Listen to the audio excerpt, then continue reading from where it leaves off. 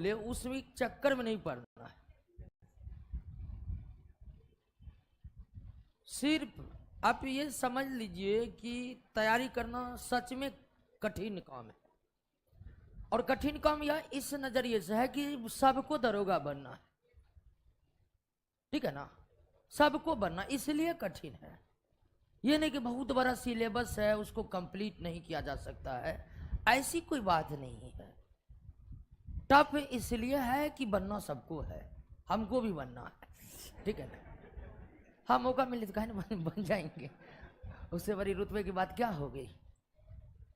तो एक बात आप समझ लीजिए कि आप चाहते हैं कि 100% आपको नौकरी हो, इसके लिए आपको पूरा सिलेबस याद करना पड़ेगा।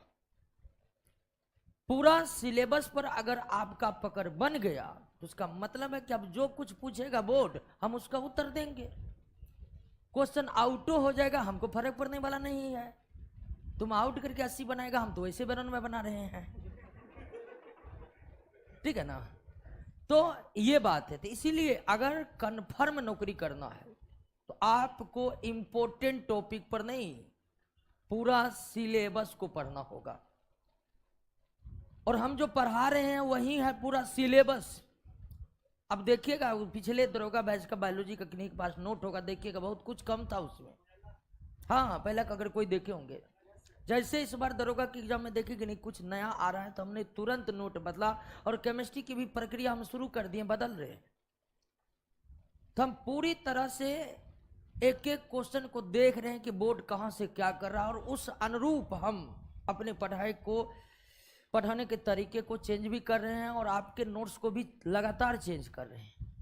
आपका काम सिर्फ एक है कि जो चैप्टर समाप्त हो गया, चाहे वो रोशन सर का वाला चैप्टर हो, चाहे हम जो पढ़ा रहे हैं वो हो, उसके पीछे का प्रत्येक क्वेश्चन आपको याद करना है, प्रत्येक क्वेश्चन।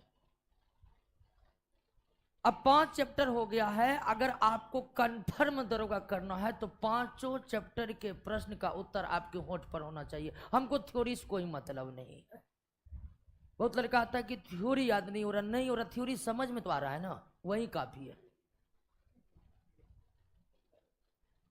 थ्योरी याद नहीं करना है, थ्योरी को सिर्फ समझना है, लेकिन उसके पीछे जो प्रश्न है वो थ्योरी से भी ज्यादा है, ये बात आप जान लीजिए।